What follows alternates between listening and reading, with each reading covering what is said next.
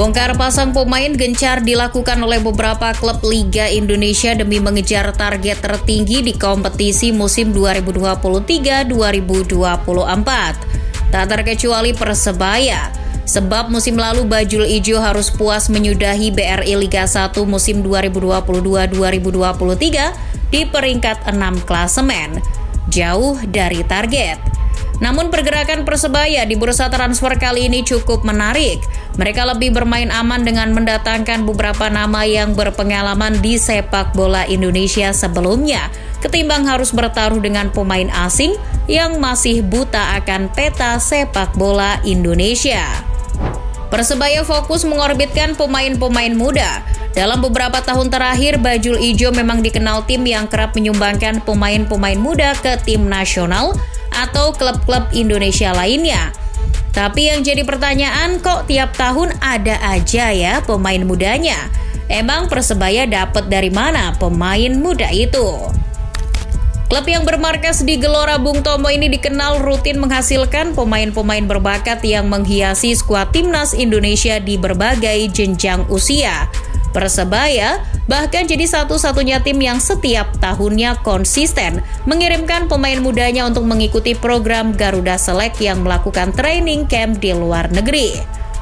Hal itu didukung dengan peran Aji Santoso sebagai pelatih. Legenda sepak bola tanah air ini dikenal sebagai sosok yang juga gemar mengandalkan pemain muda di Persebaya. Jadi, ia senang melihat pemain-pemainnya berkesempatan menimba ilmu di program tersebut. Tapi saking banyaknya pemain yang digemari oleh pelatih timnas Sinteyong, Persebaya sempat protes. Manajemen meminta agar pemanggilan pemain timnas dibatasi di tiap klub. Protes ini disampaikan klub Persebaya menjelang timnas Indonesia berlaga di Piala AFF U23 2022 yang berlangsung di Kamboja pada pertengahan Februari lalu. Pihak Persebaya minta PSSI tidak memanggil banyak pemain yang juga menjadi tulang punggung klub. Hal itu dikarenakan Piala AFF U23 kala itu bersamaan dengan pelaksanaan lanjutan laga Liga 1. Dalam surat yang telah dikirimkan, Persebaya meminta setidaknya hanya ada 2 pemain dari masing-masing klub yang dipanggil ke timnas Indonesia. Tak heran hal semacam ini terjadi karena Aji Santoso cerdas dalam membaca karakter pemain. Ia bisa mengoptimalkan potensi pemain yang dimilikinya sehingga akhirnya bisa berkontribusi untuk timnas Indonesia. Persebaya seakan tak pernah kehabisan talenta muda berbakat dibuatnya. Untuk mengatasi hal semacam itu, Persebaya rutin mengorbitkan pemain-pemain di bawah usia 20 tahun ke skuad utama. Bahkan Persebaya rela menimbun banyak pemain muda di skuad utama musim 2023-2024. Tercatat Bajul Ijo memasukkan 39 nama di skuad utama, meski nantinya tak bisa didaftarkan semua karena PT LIP membatasi kuotanya hanya 35 pemain saja. Musim ini Persebaya dihuni para pemain muda dengan kemampuan dan skill yang tidak diragukan lagi. Beberapa juga terdapat nama-nama besar yang merupakan hasil proyeksi Akademi Persebaya. Dengan begitu, Bajul Ijo jadi tim dengan rataan usia termuda di Liga Indonesia 2023-2024. Pasukan Aji Santoso memiliki rata-rata usia di angka 23,3 tahun. Bahkan, Persebaya keluar dari kebiasaan tim-tim Indonesia yang mengontrak pemain asing dengan usia matang di atas 30 tahun. Tercatat tidak ada pemain asing Persebaya yang usianya melebihi 29 tahun. Bruno Moreira jadi yang termuda dengan 24 tahun, sedangkan yang tertua ada Song Uiyong dan Ze Valente yang sama-sama berusia 29 tahun. Banyaknya pemain muda yang menghuni skuad utama Persebaya jadi bukti suksesnya klub kebanggaan masyarakat Surabaya itu dalam mengelola pengembangan pemain usia muda. Coach Aji tentu tak sendiri dalam membangun skuad muda ini. Ia dibantu oleh legenda sepak bola Indonesia lainnya, yakni Uston Nawawi. Legenda Bajul Ijo ini jadi sosok yang berpengaruh dalam proses pembinaan usia muda Persebaya sejak tahun 2018. Setelah pensiun pada tahun 2013, Uston disibukkan dengan kursus kepelatihan dan PSIR Rembang, jadi tim pertama yang dilatihnya. Melihat potensi Uston, Aji Santoso memintanya untuk bergabung sebagai kepala pelatihan akademi di Persebaya. Jadi, Uston Nawawilah yang bertanggung jawab atas kualitas lulusan Akademi Persebaya selama ini. Ia juga melakukan scouting ke kompetisi-kompetisi usia muda, baik yang diselenggarakan oleh internal Persebaya maupun di daerah lain. Kehadirannya telah meningkatkan mutu program pembinaan yang sebelumnya sudah berjalan. Dirasa sukses menangani Akademi Persebaya, manajemen akhirnya mengangkat Uston Nawawi menjadi Direktur Teknik sekaligus asisten Aji Santoso pada Juni lalu. Dengan jabatan baru, Uston bertanggung jawab melakukan sinkronisasi program kepelatihan di program Youth Development dengan tim senior Persebaya yang berlaga di Liga Indonesia.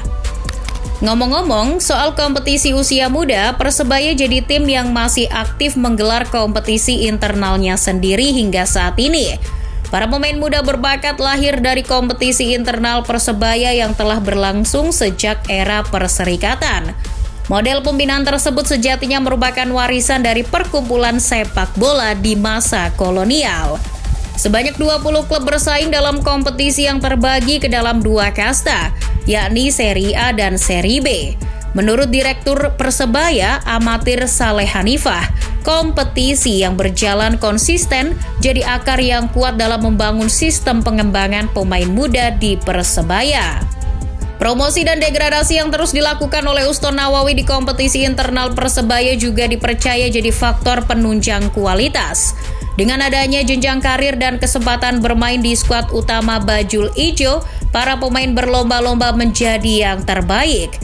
Ketika sudah memiliki kemampuan yang memadai dan layak masuk skuad utama, tugas sang pemain adalah mempertahankannya. Karena dalam sepak bola, konsisten dan disiplin dalam berlatih adalah hal yang paling sulit. Maka dari itu, Uston juga merangkap sebagai asisten pelatih Aji Santoso agar mempermudah masa transisi. Sudah berjalan sejak lama, banyak yang sudah memanen pemain hasil binaan Persebaya. Bukan hanya klub, banyak pemain binaan Persebaya yang akhirnya bisa menembus skuad timnas Indonesia, baik di level kelompok umur hingga senior. Sebut saja dari generasi Bejo Sugiantoro hingga angkatan anaknya sendiri, yakni Rahmat Irianto. Mereka sudah membuktikan di ketatnya persaingan masuk timnas. Beberapa di antaranya bahkan mampu berkiprah di luar negeri. Misalnya saja Evan Dimas, Andik Firmansyah, dan Marcelino Ferdinand. Saat itu Evan dan Andik pernah merumput di Liga Super Malaysia bersama Selangor FC. Sedangkan Marceng beberapa bulan lalu memutuskan untuk hijrah ke Eropa dan menimba ilmu di kasta kedua Liga Belgia bersama Denze. Musim ini Persebaya kembali mengorbitkan pemain muda ke skuad utama. Aji Santoso memilih Tony Firmansyah sebagai wonderkid yang diberi kesempatan di dua pertandingan pembuka Liga Indonesia musim 2023-2024. Dilansir bola.com, pada awalnya banyak yang mempertanyakan keputusan Aji Santoso. Ia dinilai cukup berani menurunkan Tony saat Persebaya masih tertinggal 1-2 atas Persis Solo. Namun seusai laga, Aji menjawab pertanyaan tersebut dengan elegan. Menurutnya, ia lebih mengutamakan kualitas pemain ketimbang pengalamannya.